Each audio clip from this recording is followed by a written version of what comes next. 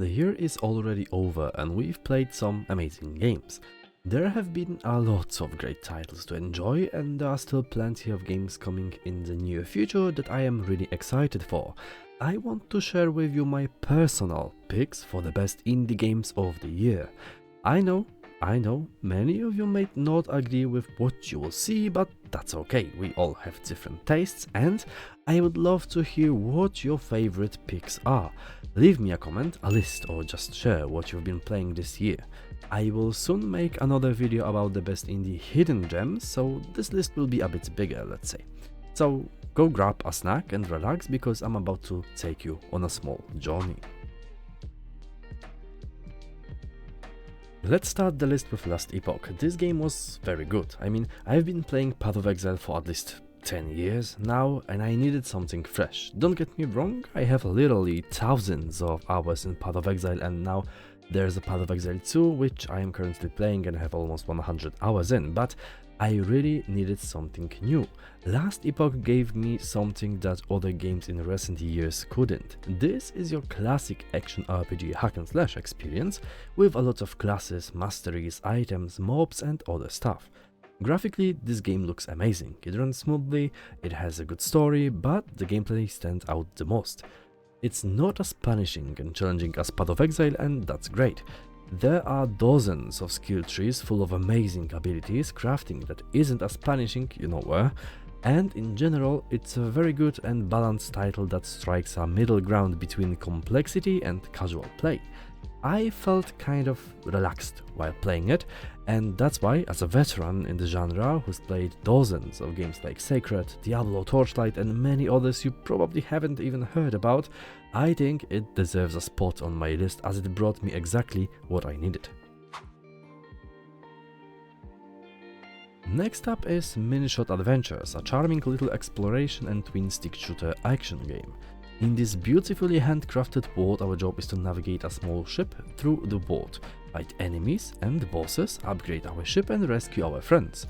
This is your typical bullet hell game, where we need to overcome bosses in intense battles, find new powers to improve our combat and exploration abilities, while also opening the map bit by bit as we unlock new paths and shortcuts. We will be able to upgrade our ship through levels, items found along the way, and by buying equipment.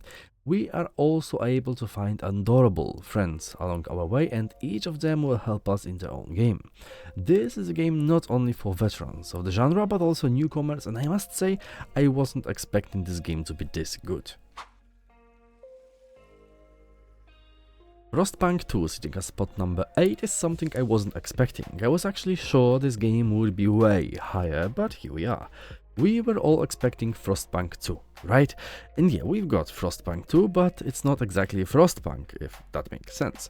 And yeah, I know that 11-bit studios are not a full indie game studio now, as they are really big right now, but I still think they fit somewhere between AA and indie. This is still a very good game in the Frostpunk universe, but it's not like the first entry. It differs a lot, and people were a bit upset about it. The first game was all about survival and making crucial decisions. Frostpunk 2, on the other hand, is much more about the bigger picture, making it feel more like a grand strategy game. It wasn't what I and many others expected from a Frostpunk sequel, but it still brings a lot of joy in gameplay and introduces new elements with a shift in focus.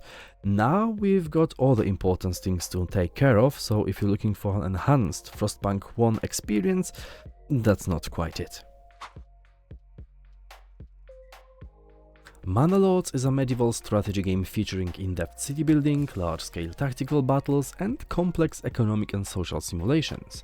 A big surprise this year and a great game, one of the best in its genre. This game provides a gridless city building experience with freedom of placement. This is a very important feature, as the game feels like you've built a real town and not a soulless vessel with some people around it. You have to manage your resources, build your city to fulfill all the needs of your citizens, and consider every possible outcome. Of course, this is not only your typical economical city builder. You will have to train your armies and fight off enemies. You have to lead your people into battle, but you must remember that they are not easily replaceable, so every death is worth considering. After all of this, take a good stroll around your town and to see what you've managed to accomplish. This game is one of the best city builders of all time. Please remember though, this is still in early access, so a lot may change, and I hope it will change for the best. Yes, good old Hades, this time in different clothes.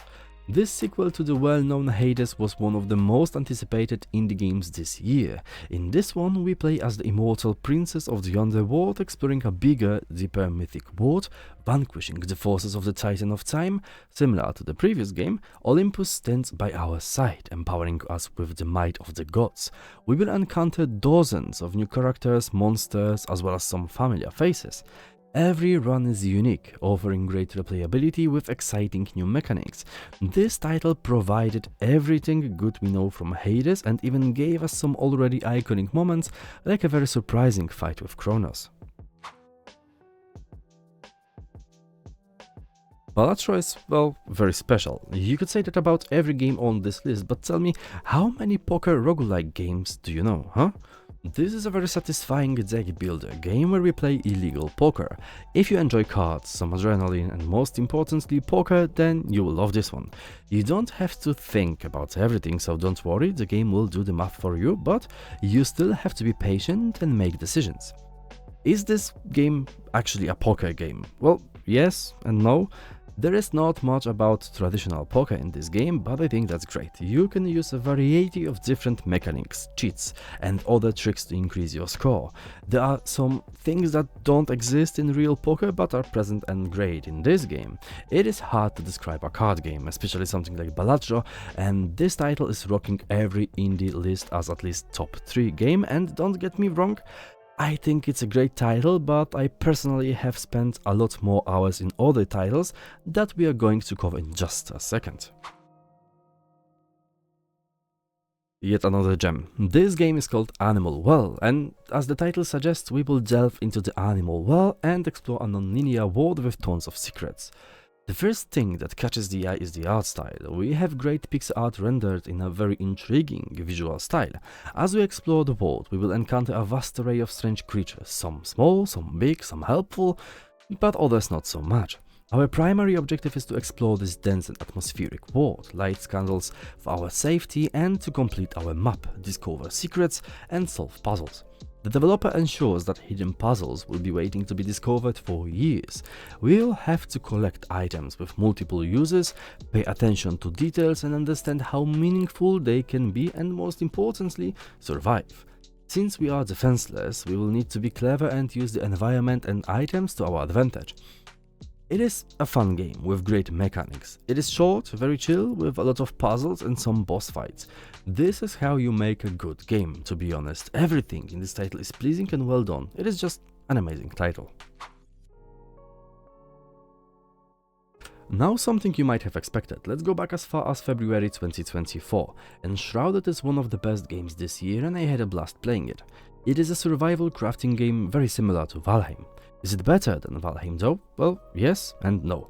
First of all, a lot of people ask this question, and I think both games are great and you should try both. Okay, but anyways, I have had a great time playing Enshrouded and I think it is my favorite game from this genre at the moment. I love how this game merges survival crafting with open world RPG elements, which is even better when you play with your friends. You can explore a huge and beautiful handcrafted world, build your character, complete quests, and construct your home. This game has a great building system where you can build basically anything you want. If you like building, then you will have a blast. This game is truly amazing, has already gotten a lot of big updates, and if you're looking for a great crafting game, Enshrouded will give you a lot of fun. I placed this game as high as it is. Even though you won't see this title in many lists, I think it deserves recognition, and if I'm to be honest, it is my number 3 game in terms of hours spent this year.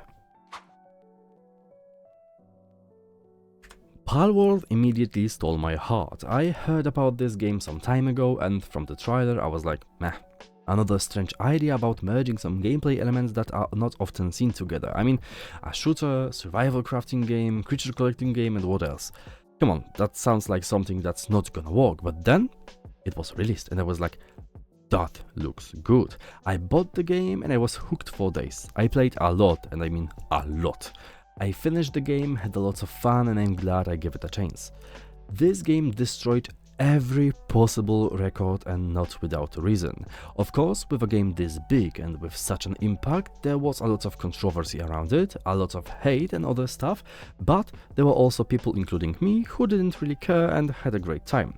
This game is exactly as you would describe it at first sight, a monster taming game with guns. But it's more than that. It's more of a crafting, survival game with monster taming elements. I love this title, I really like monster taming games, so this one is perfect for me. We've already gotten a few big updates, and as for today, I am also currently playing it, and if it wasn't because of the title I will show you in a second, it would be my personal pick for the best indie game of the year. And now, before we jump to spot number 1, I would like to show you 6 additional games that I think were also great but didn't quite make the cut for the list.